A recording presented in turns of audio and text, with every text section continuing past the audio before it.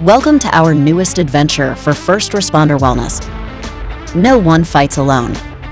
In-depth conversations about mental health and culture in the first responder space. We're joined by your co-hosts Austin Pedersen and Brad Shepard.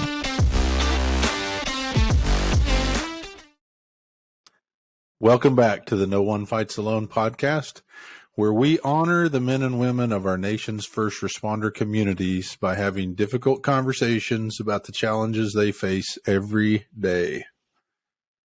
Thank you, Brad. As always, very happy to be here today. This is going to be an episode where we kind of launch something a little bit different, which Brad and I have been discussing doing for the last little bit. But, realistically, we want to set this up in a way that can be a little bit easier for people to kind of track and follow. And so, each week we are going to split up our episodes to where Brad and I get to discuss topics. We're gonna bring in a new segment, which I'm super excited about. And then every other week we'll also have a speaker. So, these episodes where it's just Brad and I, what the goal is going to be maybe to educate or bring in some personal experience or talk about what, challenges people are facing and just discuss them, and then do a cool segment, Brad, which I'm excited for. Talk about the little segment you came up with.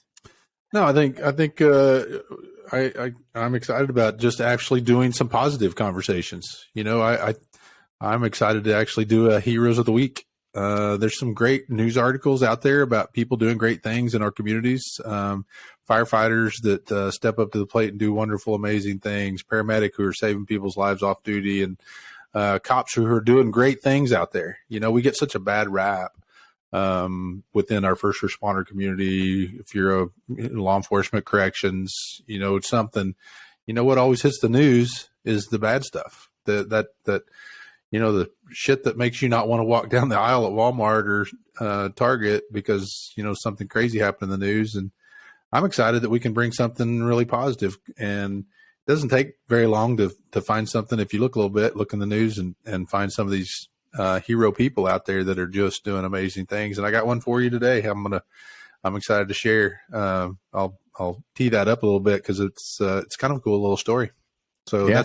And we're going to do that at the end, right? Austin, we're going to do that towards the end of the podcast. Absolutely. Leave it on a high note. Leave it on, some type of inspirational story.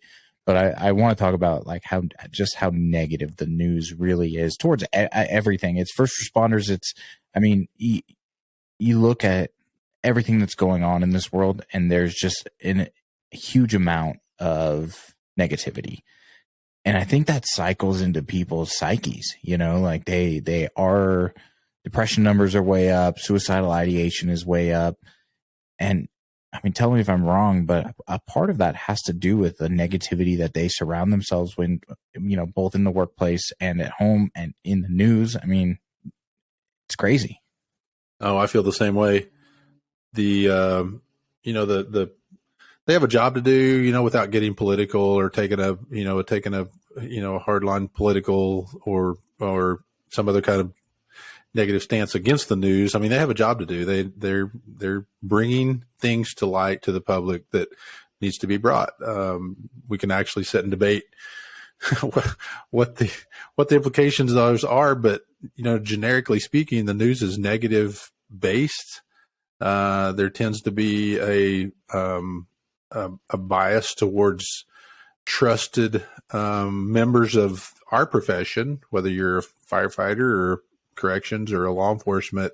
There's a trust factor there involved. So that highlights the news. If we do something egregious or erroneous, they just splatter that everywhere. You don't see that so much in other professions. You do a little bit in some trusted professions, the clergy community or the medical community. You might see that, but I'm biased myself. So when I see those kind of stories, it infuriates and inflames my temperament. But generically speaking, I can't disagree with you there. Just watching the news itself, I can't do it.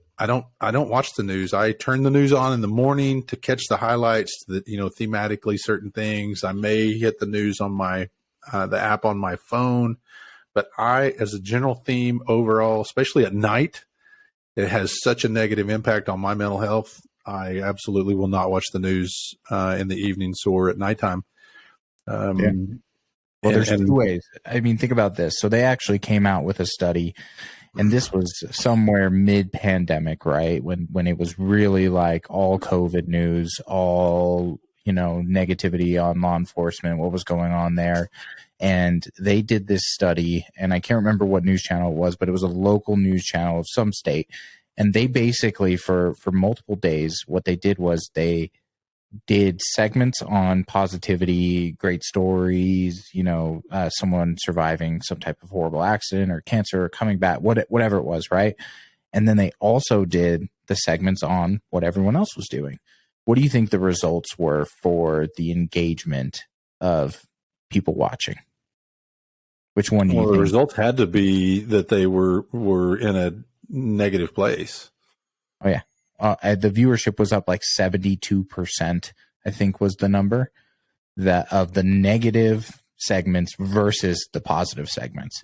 So that just shows where people are at, right? Like that's a society thing.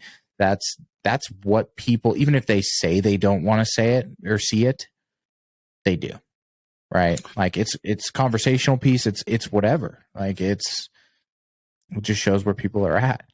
I'm sitting here looking at this is on the American Psychological Association's website. It says adults from a 2021 study rated the frequency of the news consumption, reported feeling anxious, overwhelmed, and afraid.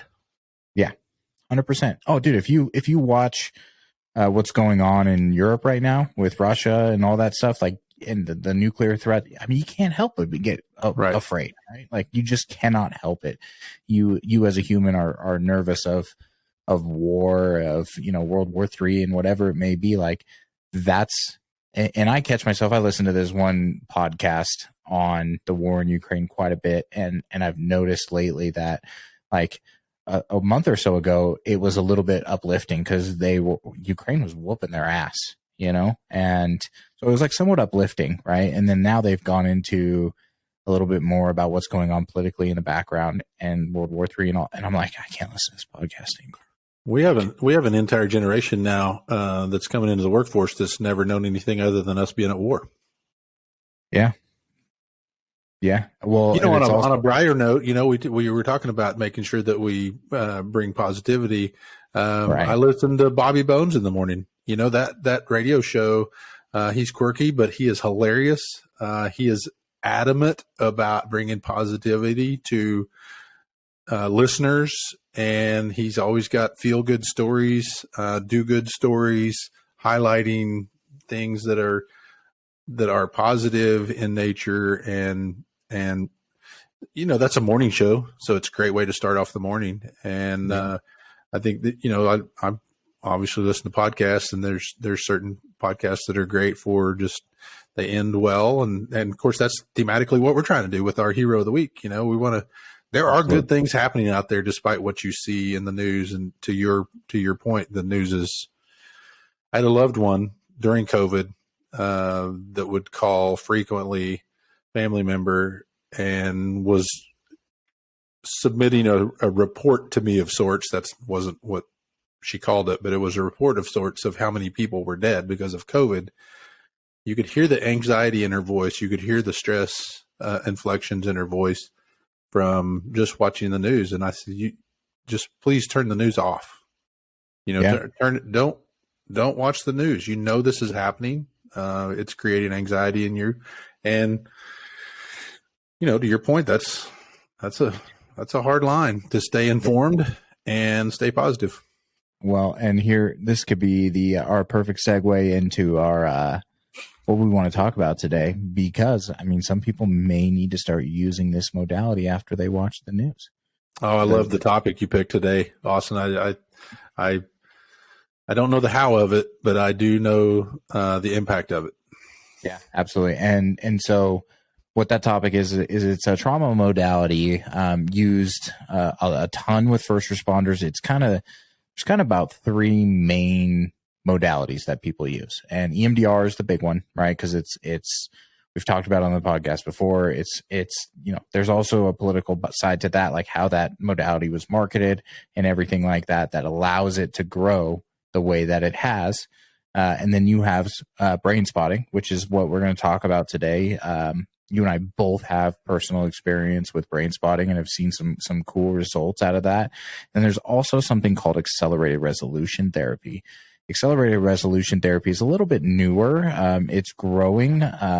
There's not a ton of therapists that are trained in that, but it's starting to grow equally as brain spotting and EMDR. But I want to go into brain spotting, give a little bit of history, what it's trying to accomplish, right? And so, first off, Dr. David Grand, shout out to him, created brain spotting in 2003. Okay.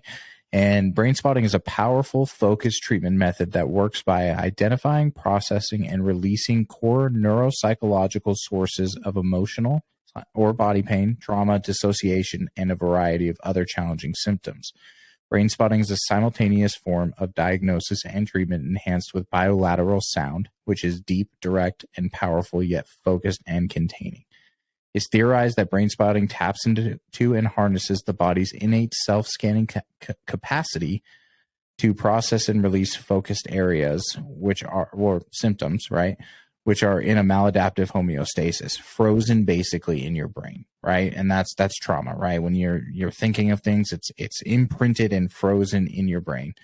And so brain spotting is used to reduce and eliminate body pain, tension associated with physical thoughts, right? And so that was a large definition, but from what you've experienced, did that definition define any of what you've done with him?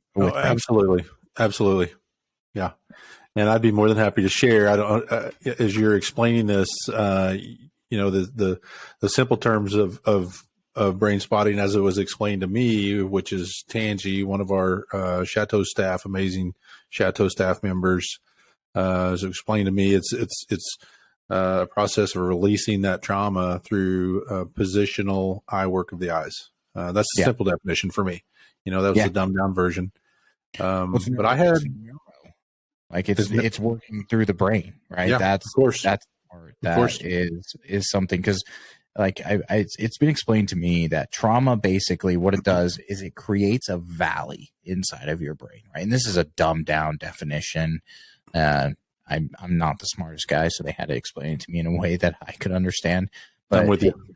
Trauma, it creates a valley in your brain, and when that traumatic experience happens, it's stuck down in this valley and it can't go up either hill because it's just frozen in time. And so brain spotting is used to help release and have that valley grow back, right? And so that it can release. And so both of us have done it, right? And do you want to go in a little bit about how that started and what you were trying to work through? You don't have to give exact. Yeah, I actually did brain spotting while I was at Chateau with Tangi. That was my first introduction to it, and I did it twice up there.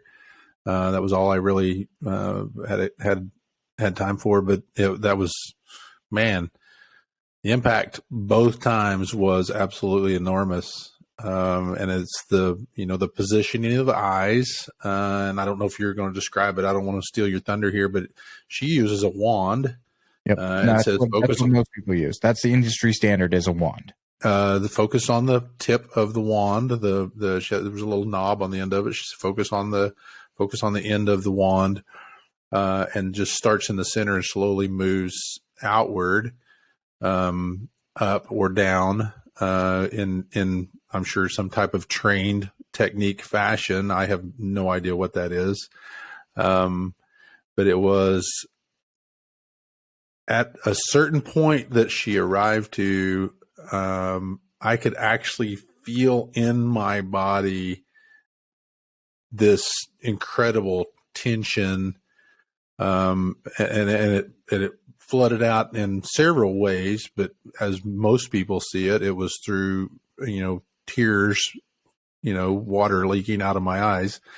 But it was more than that. There was more going on with my body in conjunction with that, which I just found incredibly fascinating, because it was just that simple eye, moving outward, because we know with EMDR, it's the back and forth motion of eye movement, and it's bilateral stimulation.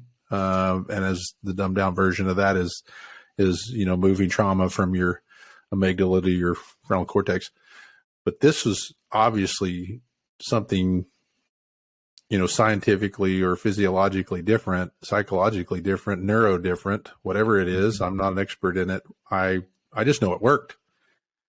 And this release of trauma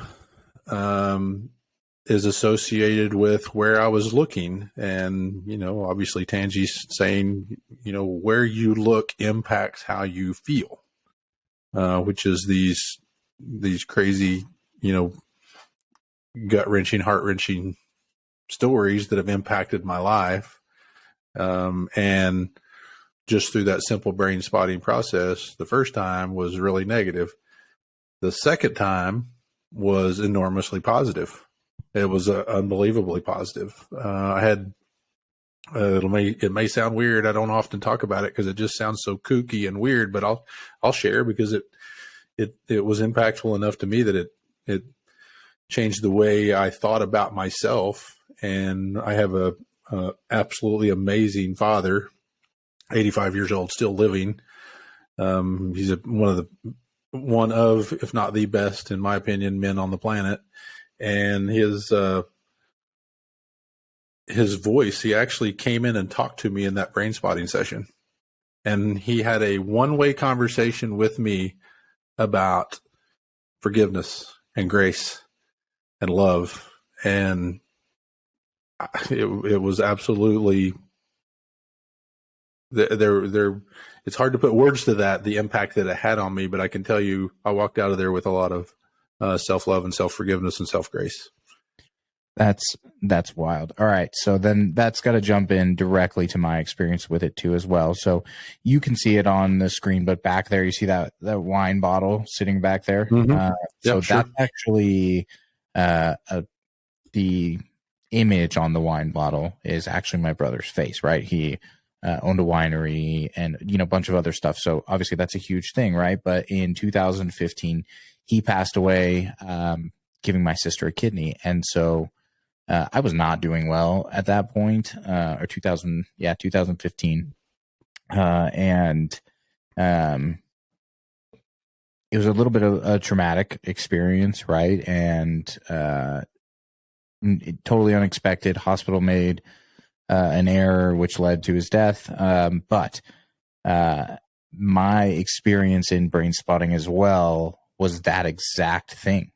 One-way conversation from him about forgiveness, about what, and I did this was 5 years after that I did the brain spotting session. And I thought I had done a ton of work on it. I thought I was over it. I thought, I didn't need to focus on it, but stuff comes up, right? And it was near the year anniversary every November. And I always just struggle naturally during that time. But that same exact conversation was a one-way conversation about almost the exact same thing. And this is it's what drives it crazy is so Tangi and whoever does the brain spotting, listen, that actually is pretty incredible. And I'll just say this for the listeners: you and I haven't had this conversation. Oh no, yeah, we haven't talked about this. This is the first time I've heard you say that, and likely it's the first time you've heard me say it because I don't talk about that. Oh, I don't talk about it either. Yeah, I think that rediscovery and healing is a very personal thing, and willing to share it in a platform like this because. One, I'm not looking directly at anyone other than you to have this conversation. Sure. So there's not the same fear that encapsulates me normally talking about that. Yeah. but also when that triggered, I mean, that just threw me for a loop there. That it was a very similar experience. And I mean, the reason we started this episode was because both of us have done brain spotting though too. Yeah, Like sure. that was when we're like, well, like this is a good topic to have, and we can discuss it kind of in depth because we've had it. But I mean, and it's not necessarily new, but it's not talked about out there very much. And I did some research here in Oklahoma, and there's only 2 brain spotters here in Oklahoma. There's not very many people trained in it. It's not as widely used modality as what EMDR has become.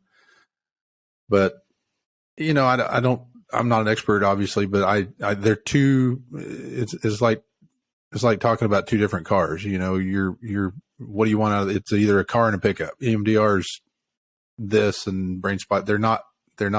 Maybe they're the same, neuro wise or physically, but those were 2 entirely separate, different experiences for me. I've done them both. Yeah, no, same. I have too, and I think. I mean, this is what I've heard, and I could be completely wrong, but this is just from a few hundred people that I've had this conversation with, after they leave some sort of treatment. It's like, all right, which one did you like? The EMDR or the brain spotting?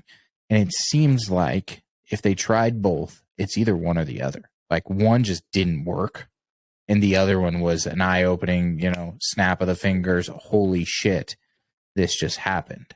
I mean, was that you, or did you get some out of EMDR as well? I actually would say both were very effective for me, but they were entirely different. Yeah. They were just, I don't know how to best put words to that. They were just, I tried to use the car and pickup. That's not a very good analogy. It would be, snow skiing or going to the beach. Both are awesome to me, but they're entirely different. The EMDR sessions that I've had multiple EMDR sessions. The EMDR sessions that I did were absolutely amazing for me, helpful, wild. The first session I did of EMDR was absolutely the wildest session, crazy, and maybe we can sit and talk about that sometime.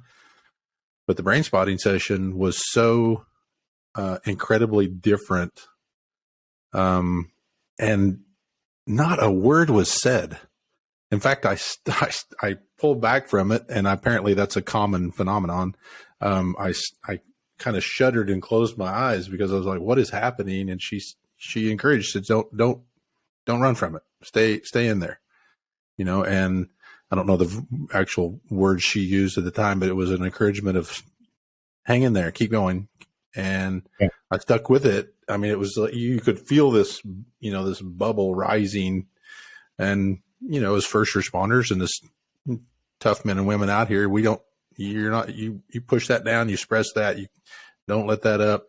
So that's your natural tendency as a human being in any way to keep that suppressed, and, her encouragement to let it go. And it was just an absolutely, almost a volcanic eruption of that trauma coming out. That was the first one. The second one the second brain spotting session wasn't quite as dramatic as that, but it was no less impactful because of the conversation. Yeah. Yeah. Well, so that's the crazy thing is that like the body, like according to studies on brain spotting, the body naturally has an unconscious eye position. So that's what she reached with you with that wand was your body's unconscious eye position that allows emotional activation, right? And it's in the emotional midbrain is where this is happening. And so, she's obviously trained in a way that she's watching you to see that emotional activation, right? And so what she's telling you, and what I'm sure all therapists have to say, is, she saw you reach that point where there was some neuroplastic change going on, and had to keep you from running from it because it's so intense. Like it is an intense feeling that is different than your normal. Like it's not anxiety. It's not hypervigilance. It's nothing like you've experienced or I have experienced before. I completely agree. And just for the listeners out there to put context to the wand, those were actually opposite. I don't know if this happens for everyone, but they were opposite directions of, one was, and I don't remember now, Austin, which was which, but one went, let's just say to my left, one went to my left and the other one went to my, high right. And the other one was low, something along those lines. I don't remember exactly, but I remember they were different places, different spaces, and completely different results because of it. Obviously Tangi being the expert in it, she could probably explain it better. I can just explain from the recipient and sitting in that chair. That shit's crazy. Yeah. Well, it's just something to add to your toolbox of things that can help you heal and grow, right? Like that's, and hopefully someone listening, what this allows them to do is just be even open to doing it. Right. Because I agree. I'm really glad you brought it up because I think, and I chuckle at that you and I having a conversation that we had very, very, very similar experiences, and having never talked about that, we didn't stage this conversation at all.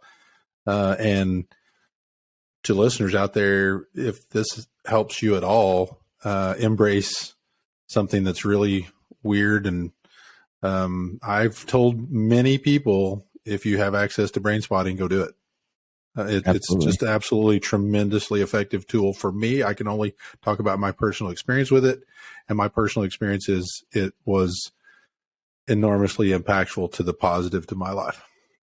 Well, and you also, though, this is unfortunate with anything we do in life, but you have to go into it with an open mind. Like if you're closed off to something like this working, it's not going to work for you, right? Like that's the bottom line. Could not disagree at all with that, because it really, that's with anything in life, but specifically with these modalities, it doesn't matter if it's brain spotting, EMDR, talk therapy. If you're going in there resistant to it, you're not going to get better. That's just the reality of it. And the other reality is, I just had a conversation with a guy about a week ago. He came out of therapy, his first therapy session. He said that didn't work. I said, you don't even know that was your first. You're just getting to know that guy, and that I think exemplifies what you're talking about here, which is if I don't want it to work, it's not going to work. But if I go in with it open minded, at least thinking, I'm going to throw myself on the altar of brain spotting or EMDR or, talk therapy, whatever, you're giving yourself a great opportunity to live a life of health and peace. Freedom. I think that word is not, freedom's a great word. Yeah. It's not too excessive for this. I mean, I have to ask you, were you after, because they're not like extremely long. I mean, was yours an hour long, less? Oh, I don't think it was even that long. Yeah. And the second one was I think shorter than the first. I think that if I remember right, the second, I don't know.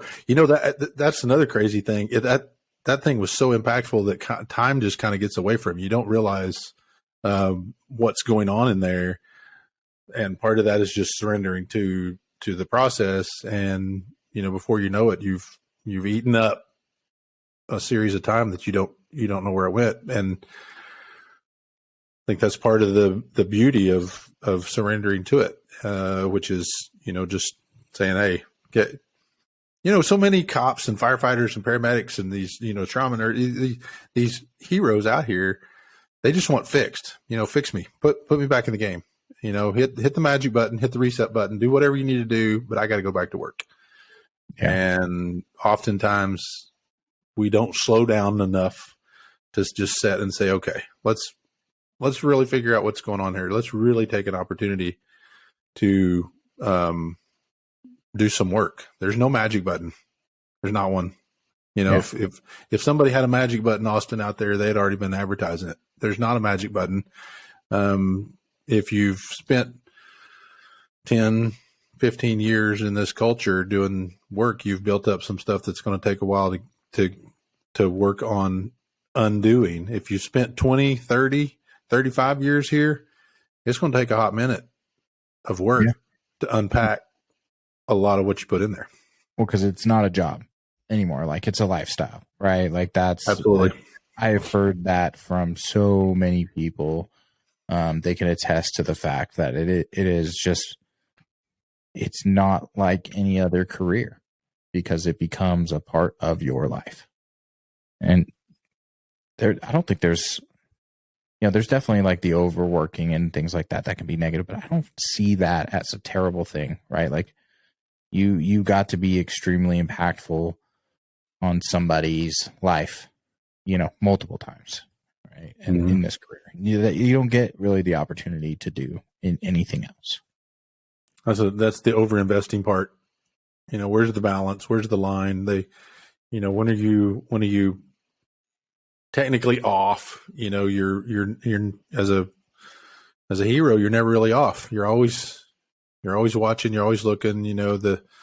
I was filtering through a lot of the hero stories this week, and two of the stories that I had considered pulling up here were off-duty paramedic, off-duty firefighter that saved a life, and thank that person that had their life saved is thankful. The harsh reality is that's the life we live. This is who we are. It's what we do. It's a part of us and ingrained in us. And so the separation, what separation? I don't remember seeing a line anywhere. Yeah. Which is the perfect lead into your new segment. We're going to do this every other week. Talk about something that is uplifting, or a beautiful story, or whatever it is. And I can tell by your grin that this is one you like. I do like this one.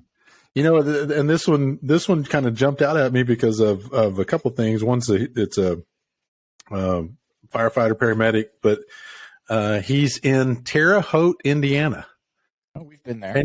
Right? We were just there. That was one of the reasons that this jumped out. And, Terre Haute is not a big place. I had never been there.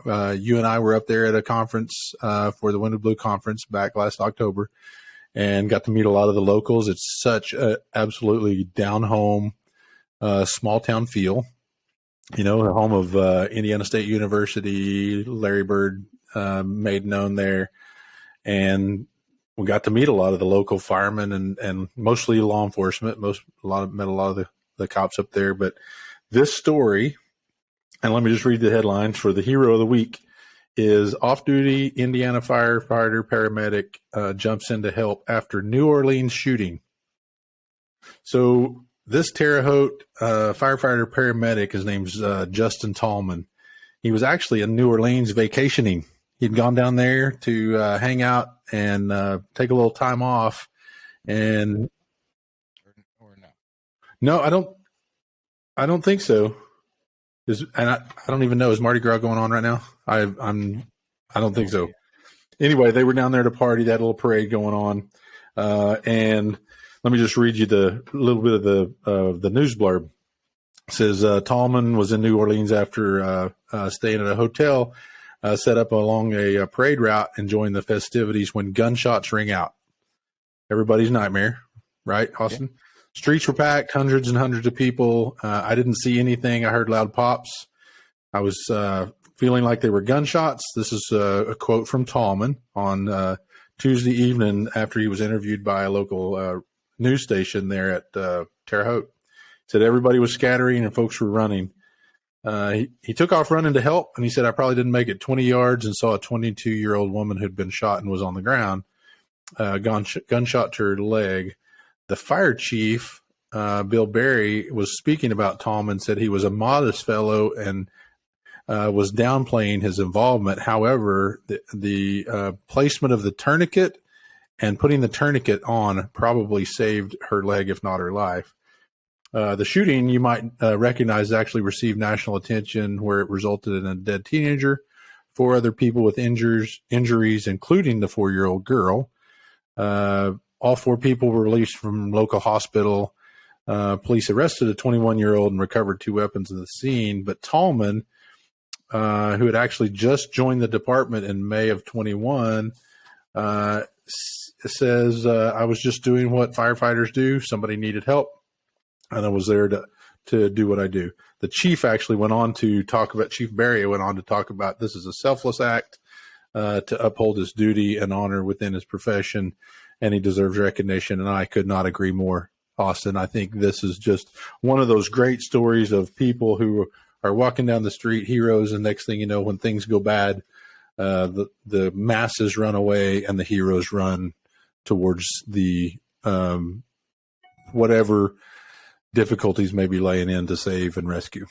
Oh yeah, I mean, there's been so many of those like goosebump pictures, right, of everyone running away and the firefighter and police running in. So there's the stark contrast of the two different populations in dealing with something like this.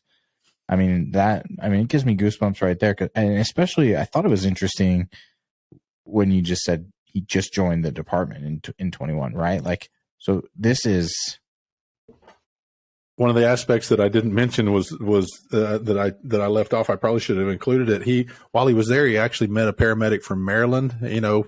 Like finds like. That's the way. And anyway, he met a guy down there that he got to know, and he was a Maryland paramedic, and they actually joined together to do this. We're just highlighting Tallman, but there's another paramedic out of Maryland down there doing the same thing, hanging out, partying in New Orleans, and those two knuckleheads are going in and saving lives. Just absolute great stories. Yeah. And I mean, it just blows my mind, right? Like that's just in his blood now. You know what I mean? It could have been from growing up, right? Or maybe as a family member or something, but to be in the department for a year and have that reaction, like, sure. Some people are born and bred for the job and some people aren't, right?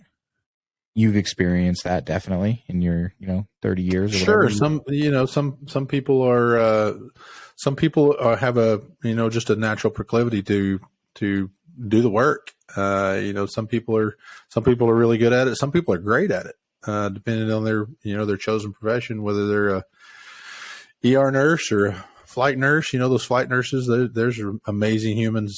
There's just so many great humans out there. I'm excited about this segment, Austin. I really love the fact that this segment, we're going to be doing this segment a lot, because I love talking about people doing great things. Yeah, no, I totally agree.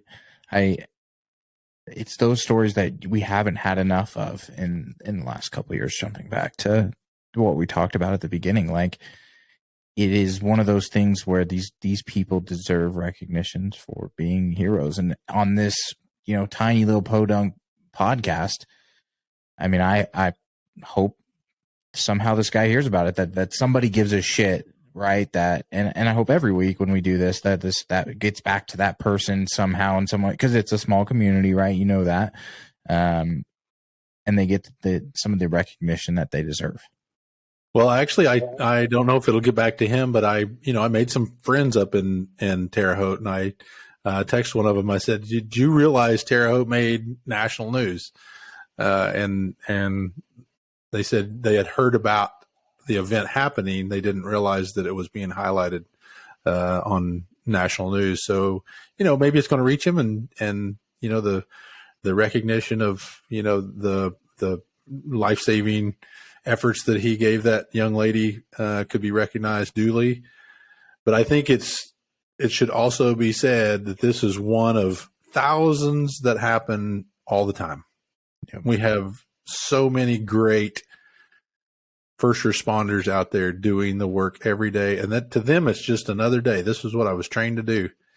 But when you get older and wiser, you really find out those are not as heavily populated as what one would believe. There's the heroes are thinner than what you'd realize, but our first responder community is full of them. Yeah, full of them. Absolutely, because they're like no one else, right? Once again, going back to the image of the difference between the civilian population like myself running away from danger and first responders running in. I mean, that's a so huge cool. difference. Yeah, absolutely. Well, thank you, Brad. That's like I said, we don't want to make that a bi-weekly thing, I guess would be the appropriate way to go about that. We still will be bringing on guests every other week. Next week's is going to be an awesome guest. We got to meet Shelly, right, from Survivors of Blue Suicide. Great stuff what they're doing there. Super interesting on what is going on in the legislative standpoint with her organization and what they're doing. So I'm excited to release that after, and hopefully some people hear what they need to hear in that one as well. Can't wait for that one to come out. That's a great interview. Talk about a variety of things, both from a national legislative level all the way down to the in the weeds. If you need help with discussing or talking about suicide or has had it happen to you, there's some answers on that podcast. It's really going to be great. Absolutely. Well, thank you, Brad. If you guys get the opportunity, this is the first time we're going to do it on here as well. I want to make this a normal thing. We are on every major platform for podcasting. Give us a like, give us a follow, help and see this thing grow so we can keep, bringing some awesome guests on. Tim was great last week as well.